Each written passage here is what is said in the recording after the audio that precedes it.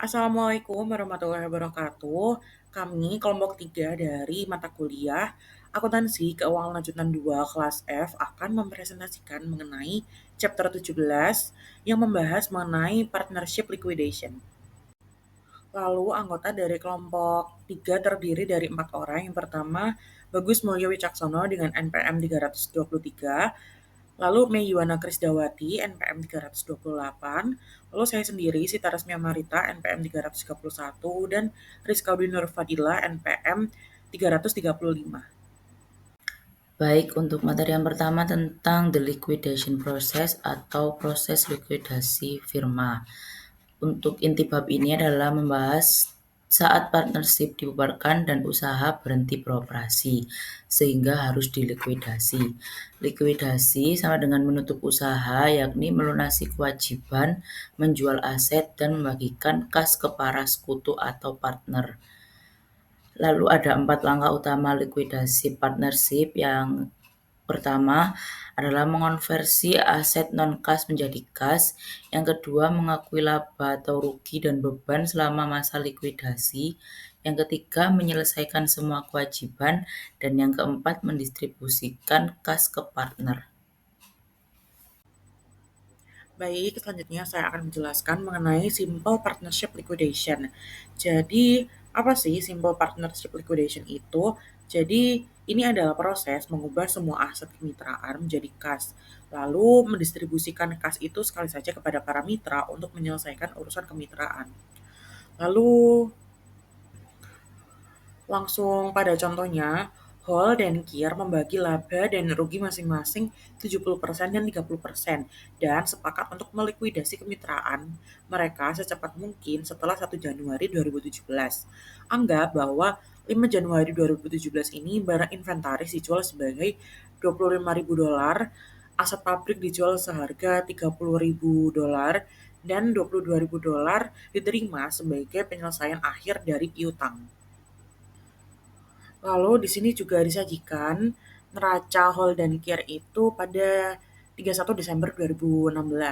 Di sisi aset, kasnya adalah $10, lalu account receivable untuk netnya adalah 30, lalu inventory-nya adalah 30, dan juga ada plan aset senilai 40.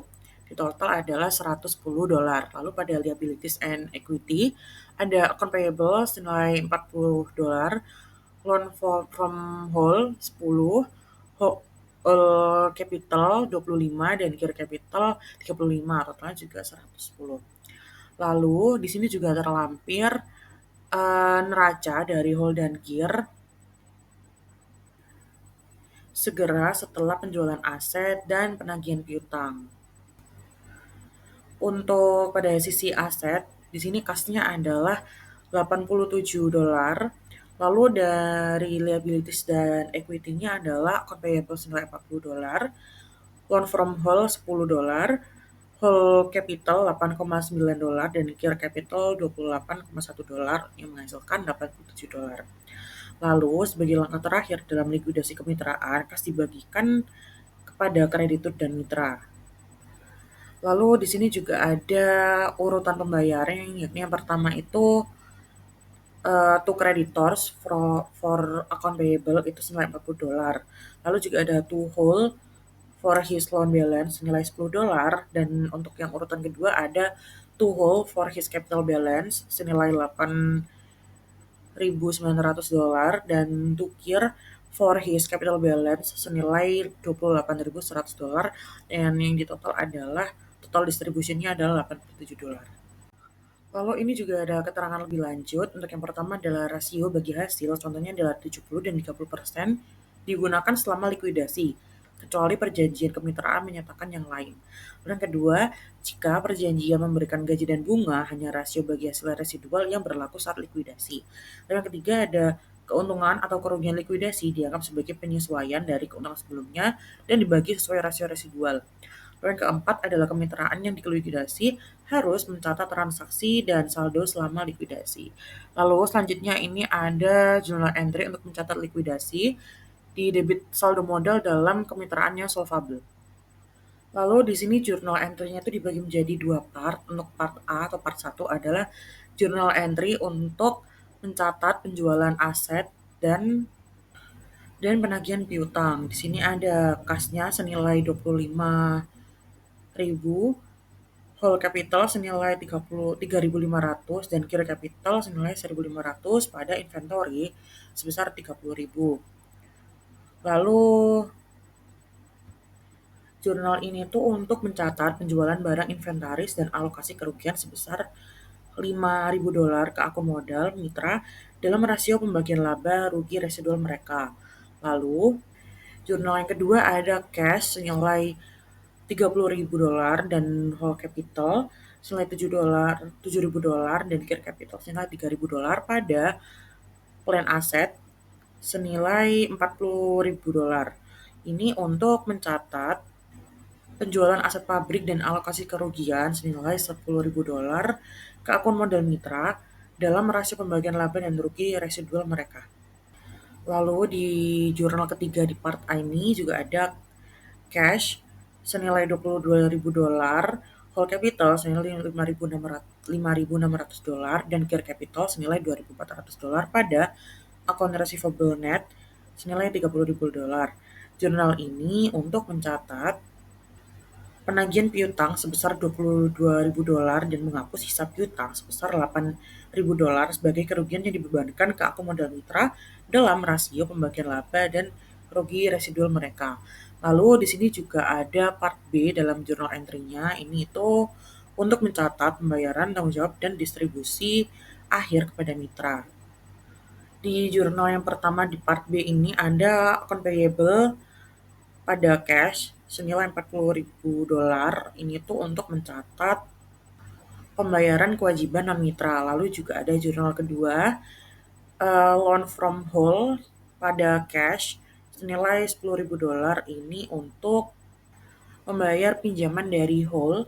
Lalu di jurnal yang terakhir, ini ada whole capital senilai $8.900 dan key capital senilai $28.100 pada cash. Ini untuk mendistribusikan uang tunai kepada para mitra dalam likuidasi akhir kemitraan.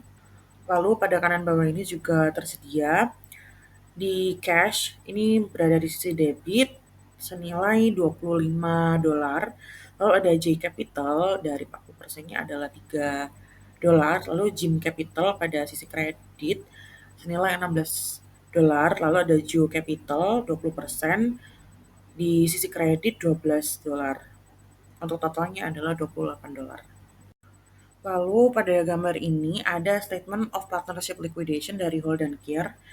Ini untuk periode 1 Januari 2017 sampai 31 Januari 2017 disajikan dalam ribuan dolar.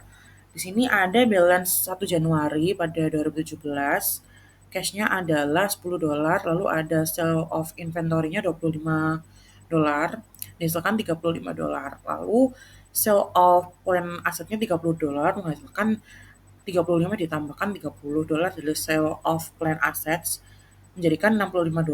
Lalu ada collection of receivable, ini $22 dan ini menghasilkan $87. Lalu juga ada payment of liabilities, ini 40, yakni nanti itu 87 dikurangkan $40 didapatkan dari payment of liabilities menghasilkan $47. Lalu juga ada payment of whole loan, ini dikurangkan $10 menjadikan $37. Lalu juga ada final distribution to partners, ini dikurangi $37 menghasilkan $0. Lalu juga ada pada non-cash assets, ini pada balance 1 Januari 2017 adalah $100. Lalu self of inventory-nya adalah $30, jadi 100 dikurangkan 30 menghasilkan 70. Lalu untuk sale of plan assets-nya juga dikurangkan dengan $40, jadi 70 dikurangi 40 adalah 30. Lalu juga ada collection of receivable dikurangkan 30 dikurangi 30 menghasilkan $0. Lalu ada priority liabilities pada balance 1 Januari 2017 senilai $40. Lalu tidak ada sale of inventory-nya, jadi langsung. Dan ada juga muncul di payment of liabilities, ini dikurangkan $40. Jadi balance dikurangkan langsung dengan payment of liabilities menghasilkan $0. Lalu pada whole loan ini balance 1 Januari 2017-nya adalah $10, lalu dia dikurangkan dengan payment of whole loan $10 menghasilkan $0 juga habis. Lalu juga ada whole capital 70%, ini balance pada 1 Januari 2017-nya adalah $25. Lalu ada sale of inventory-nya adalah $3,5. Jadi di sini menghasilkan $21,5. Lalu sale of plan assets-nya adalah dikurangi $7 menghasilkan $14,5. Lalu untuk collection of receivable-nya adalah $5,6 menghasilkan $8,9. Lalu dia dikurangkan pada final distribution to partners, jadi 8,9 dikurangkan 8,9 menghasilkan 0. Lalu pada gear capital dia balance 1 Januarinya adalah 1 Januari 2017-nya adalah $35, lalu dikurangkan dengan sales of inventory-nya adalah $1,5 menghasilkan $33,500. Lalu untuk sale of plan assets-nya adalah dikurangkan $3 menghasilkan $30,5. Lalu juga ada collection of receivable, ini dikurangkan $2,4. Jadi $30,5 dikurangkan 2,4 menghasilkan $28,1. Lalu ada juga dikurangkan dengan final distribution to partners, jadi 28,1 yang didapatkan dari collection of receivable tadi dikurangin dengan 24,1 menghasilkan 0. Lalu di bawah ini juga ada jurnalnya, yakni yang pertama ada cash, di sisi debit itu $25, lalu juga ada loan from J $5 di sisi kredit, lalu juga ada J Capital senilai 40% senilai $8, dan Jim Capital 40% senilai $16. Lalu Joe Capital 20% pada sisi kredit ada $12, lalu totalnya adalah $33. Jadi di sini saya akan menjelaskan tentang safe payment to partner atau safe payment adalah distribusi kas kepada mitra saat likuidasi dengan jaminan bahwa kas tersebut tidak akan diminta kembali oleh kemitraan. Jadi pada dasarnya itu safe payment itu tujuannya memastikan pembagian kas hanya kepada mitra yang benar-benar berhak setelah memperhitungkan kemungkinan terjadinya kerugian. Jadi untuk asumsi perhitungan safe payment sendiri yaitu semua mitra bertanggung jawab secara pribadi untuk kerugian kemitraan. Untuk selanjutnya yaitu kita akan membahas soalnya saja. Jadi untuk langkah pertama sendiri yaitu hitung potensi kerugian aset non kas, yaitu sebesar $160 tanah dan gedung. Alokasikan kerugian semua rasio ke rasio laba rugi BUS 50%, max 30%, dan NaN 20%. Tambahkan kontingensi kas 10, dialokasikan ke mitra, eliminasi ekuitas negatif jika muncul, terus hasilnya akan hanya NaN yang bisa menerima distribusi sebesar $70. Jadi mengapa sih nilai max lebih kecil dari BUS padahal persentasenya itu lebih besar? Jadi dilihat tabel itu BUS max dan NaN itu mereka BUS dan max itu hanya tidak mendapat sama sekali dan max mendapatkan $70. Jadi padahal porsi laba rugi max itu lebih besar 30% dibanding NaN 20%. Jadi pada awalnya itu alur eliminasinya itu BUS 60, max 60 dan si NaN ini 130. Jika dilihat pada tabel itu partner ekuitasnya itu dari BUS itu 50, max $60 dan NaN itu 130. Jadi untuk book value of land and building itu total possible loss-nya itu 160. Jadi untuk ini tuh 50%, jadi 160 jadi minus 80. Si max sendiri yaitu minus 48 dan si NaN sendiri itu minus 32. Itu jika dibagi dari persenannya sendiri 160 dibagi 50%, 160 bagi 30%, dan 160 dibagi 20%. Untuk possible loss of contingency cash withdrawal for contingent yaitu possible loss-nya itu 10, max BUS-nya itu 5, 50%-nya, max-nya 3, 30%-nya, dan itu hanya 2. Lalu dikurangi dengan BUS sendiri itu sudah minus 35, si Max ini ada 9 dan si Nan ini masih 96.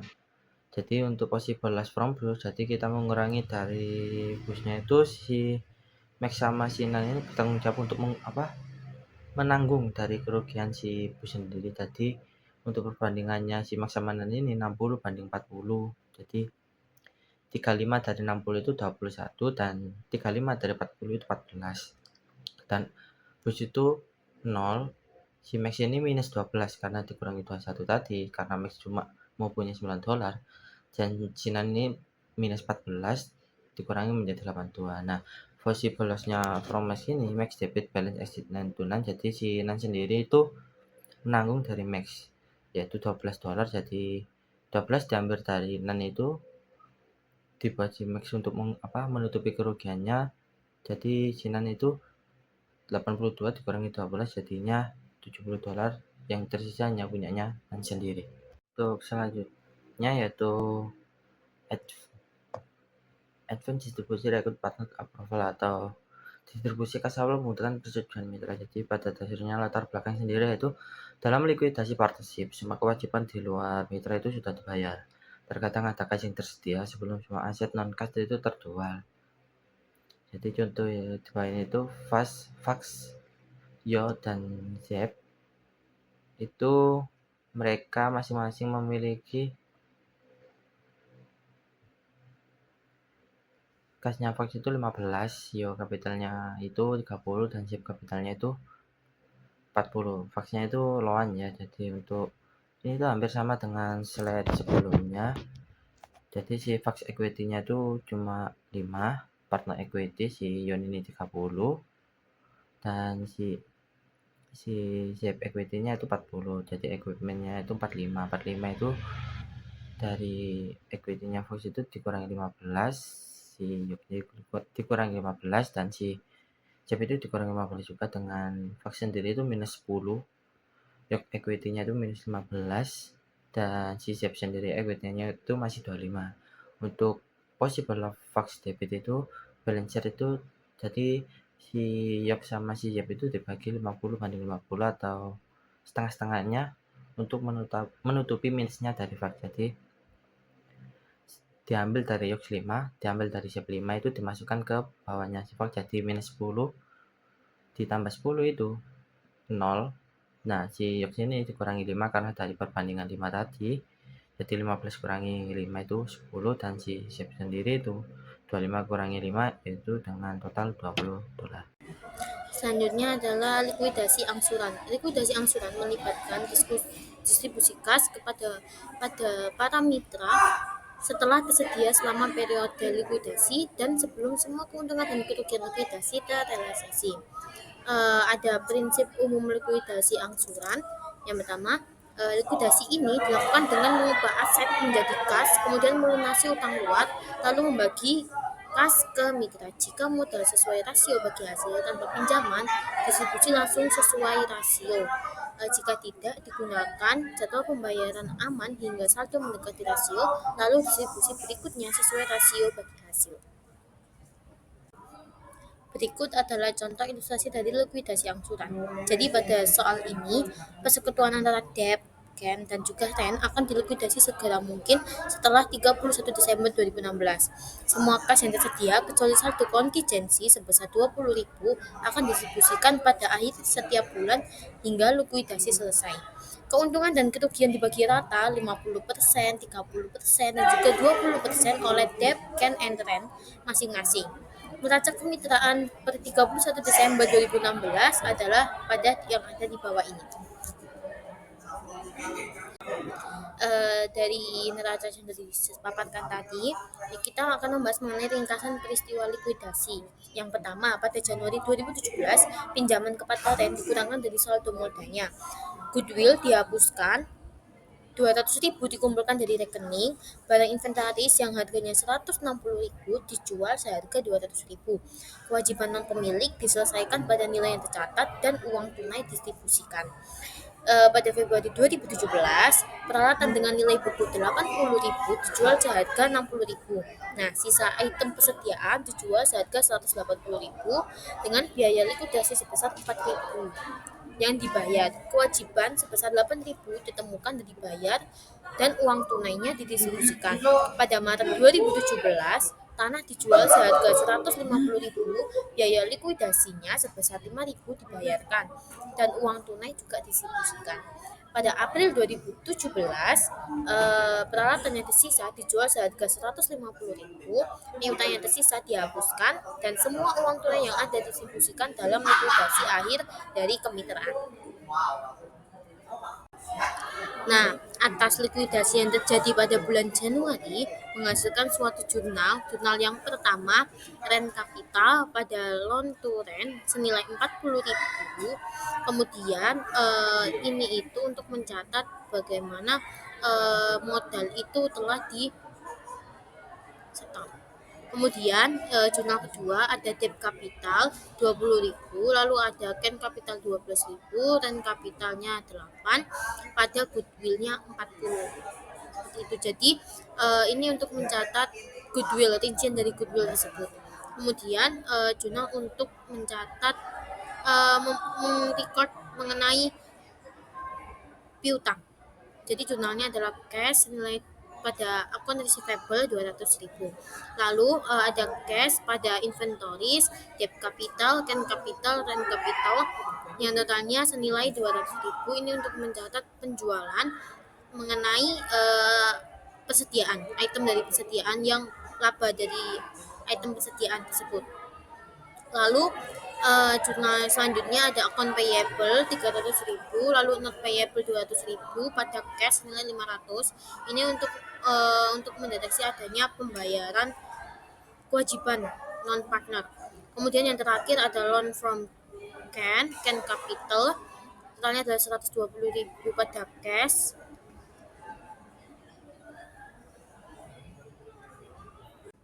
Selanjutnya adalah jurnal untuk likuidasi di bulan Februari.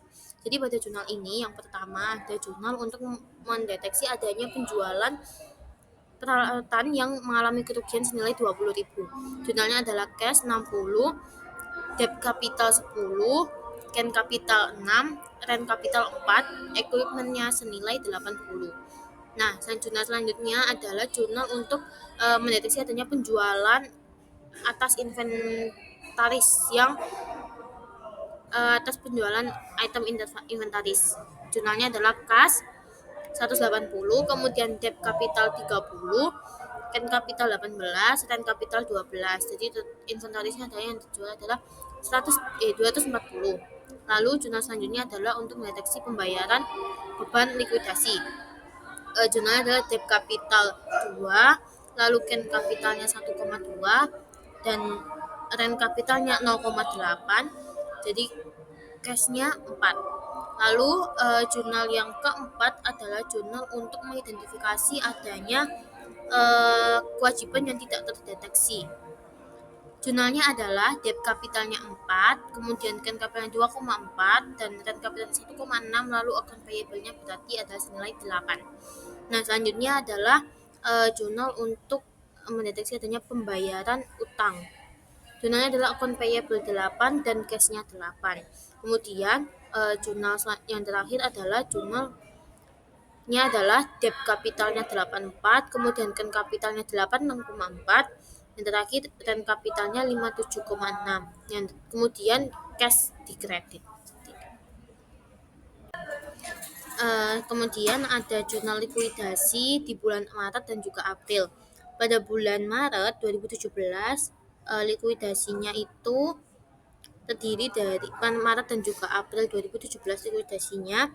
Yang pertama di bulan Maret itu ada cash nilai 150 dan juga debt capitalnya 25, dan can capitalnya 15, kemudian rent capitalnya 10. Jadi land-nya senilai 100. Nah, jurnal ini adalah jurnal untuk mendeteksi adanya penjualan land senilai 50.000 yang mengalami keuntungan. Kemudian jurnal untuk pembayaran beban likuidasi. Jurnal adalah debt capitalnya 2,5, can capitalnya 1,5, rent capitalnya 1, jadi cashnya adalah 5.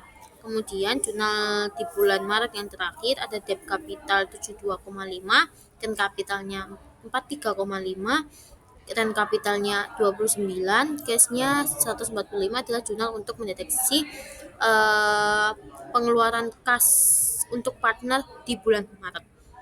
Kemudian jurnal yang di bulan April, yang pertama adalah untuk mendeteksi peralatan yang mengalami kerugian senilai 70. Jurnalnya adalah cash 150, debt capital 35, rent capitalnya 21, rent capitalnya 14, dan equipmentnya adalah senilai 220. Lalu jurnal untuk mendeteksi adanya piutang yang di write off. Jadi debt capitalnya adalah 40, rent capitalnya 24, rent capital 16 pada account receivable 80. Lalu jurnal yang terakhir di bulan ini adalah jurnal untuk mendeteksi pengeluaran kas pada partner pada final likuidasinya. Jurnalnya adalah debt capitalnya 85, rent capitalnya 51, kemudian rent capitalnya 34. Nah, jadi cashnya adalah 170. Seperti itu. Jadi untuk slide ini yaitu cash distribution plan atau jadi jadwal pembayaran yang aman merupakan metode yang efektif untuk menghitung jumlah pembayaran kepada mitra dan mencegah pembayaran berlebih kepada mitra manapun. Namun pendekatan ini tidak efisien jika banyak distribusi angsuran dilakukan kepada mitra, karena jadwal pembayaran yang aman harus disiapkan untuk setiap distribusi hingga saldo modal selaras dengan rasio bagi hasil. Jadi untuk cash distribusinya sendiri itu memiliki tujuan menentukan berapa banyak cash yang aman untuk dibagikan ke mitra. Jadi untuk selanjutnya yaitu pada tabel di sebelah kanan itu ada kasus debt, Ken, dan Ren. Jadi modal awal mereka itu $340.000 si debt, si Ken itu $340.000 dan si Ren itu $20.000. Untuk modal bersihnya si debt sendiri itu $340.000, si Ken $360.000 dan si Ren itu $160.000. Jadi untuk langkah menentukan vulnerability ranking atau hitung kemampuan menyerap kerugian. Hasil ini menunjukkan seberapa besar kerugian maksimal yang bisa ditanggung sebelum ekuitasnya 0. Jadi untuk si debt sendiri yaitu memiliki profit sharing ratio itu 0,5 dari loss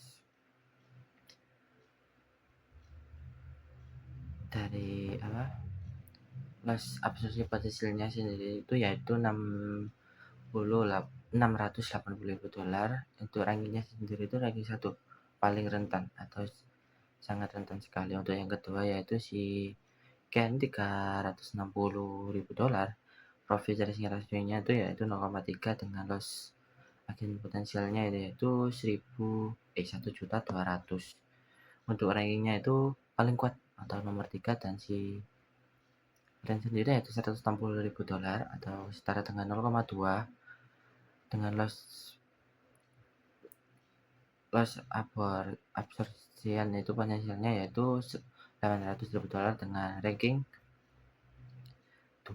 Untuk interpretasinya sendiri itu yaitu dia paling rentan karena ekuitasnya itu cepat habis jika terjadi kerugian besar.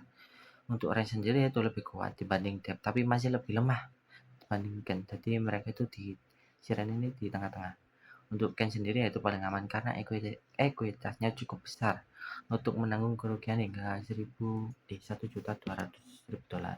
Pada slide ini saya akan menjelaskan penyerapan kerugian yang diasumsikan atau assumed loss absorption atau jadwal penyerapan kerugian yang diasumsikan disusun sebagai langkah kedua dalam menyusun rencana distribusi kas. Jadwal ini dimulai dengan ekuitas pralikuidasi dan membebankan ekuitas masing-masing mitra dengan bagian kerugiannya yang akan menghilangkan ekuitas mitra yang paling rentan.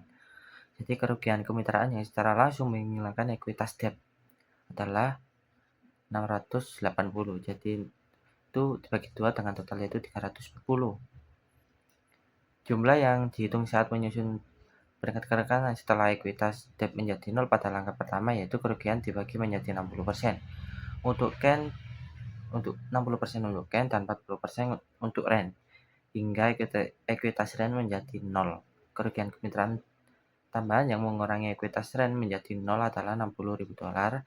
Ekuitas rent sebesar 24.000 dolar dibagi dengan rasio bagi hasil 40% setelah debt dieliminasi dari pertimbangan.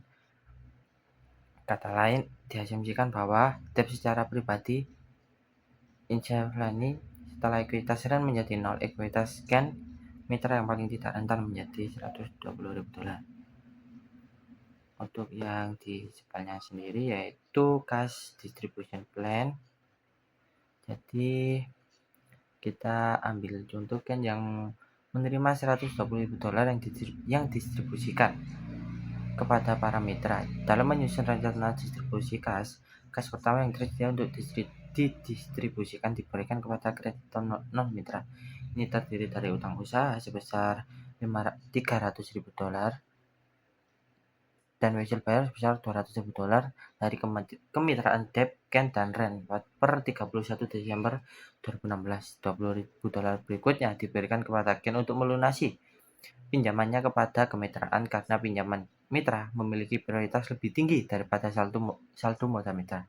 100.000 dolar berikutnya yang tersedia didistribusikan kepada Ken dengan mempertimbangkan saldo modalnya. Distribusi ini menyelaraskan rasio modal dan bagi hasil Ken dan Ren. 60.000 dolar berikutnya dibagikan 60% dan 40% antara Ken dan Ren. Distribusi ini melengkapi penyelarasan semua saldo modal dan rasio bagi hasil, dan distribusi sisanya sesuai dengan rasio bagi hasil. Ken dapat menganalisis rencana distribusi kas per 1 Januari 2017 dan menentukan bahwa ia akan mulai menerima kas setelah 100.000 dolarnya dibayarkan kepada kreditor prioritas. Untuk slide pada ini yaitu kita akan mempresentasikan cash distribution schedule atau jadwal distribusi kas. Dalam contoh ini kemitraan antara debt, Ken, dan Ren sedang dilikuidasi atau dibubarkan dan memiliki total kas sebesar 800.000 dolar yang akan dibagikan dalam dua tahap. Untuk tahap pertama yaitu 550.000 dolar dan tahap kedua yaitu 250.000 dolar. Tujuan jadwal ini adalah untuk mengalokasikan kas secara adil.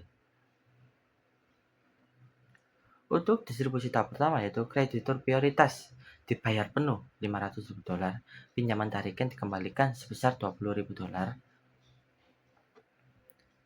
dan sisa kas 30.000 dolar dibayar ke Ken untuk mengurangi saldo modalnya.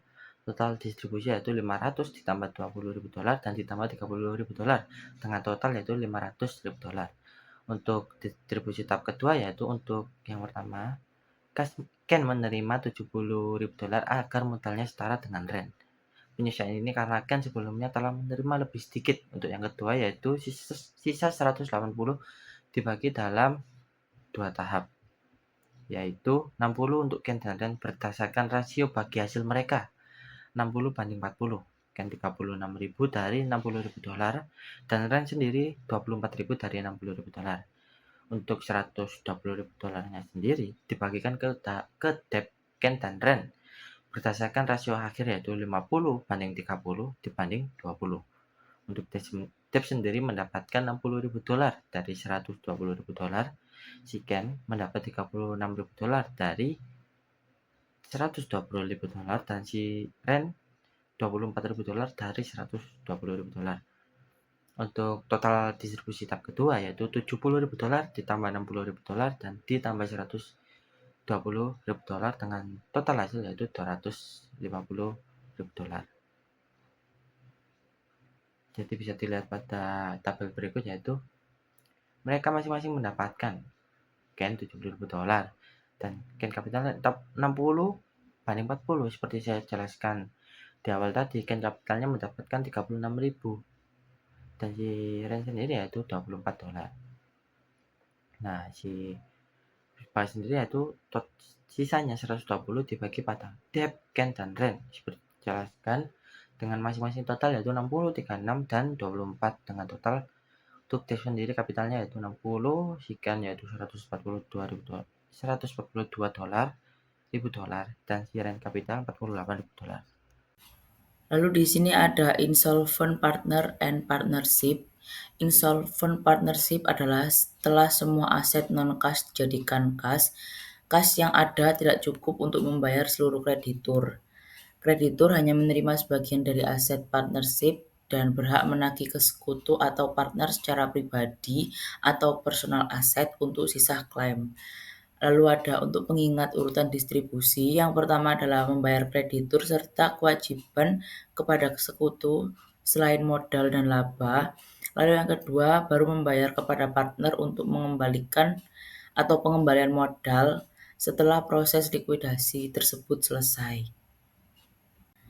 Lalu di sini terdapat contoh kasus setelah semua aset non-kas dikonversi dan kas dipakai untuk membayar sebagian liabilitas, saldo buku partnership menunjukkan sebuah liabilitas sebesar $90 dari modal RIG-nya sebesar $30, modalnya FAB sebesar $30 dan modal dari CAT sebesar $30.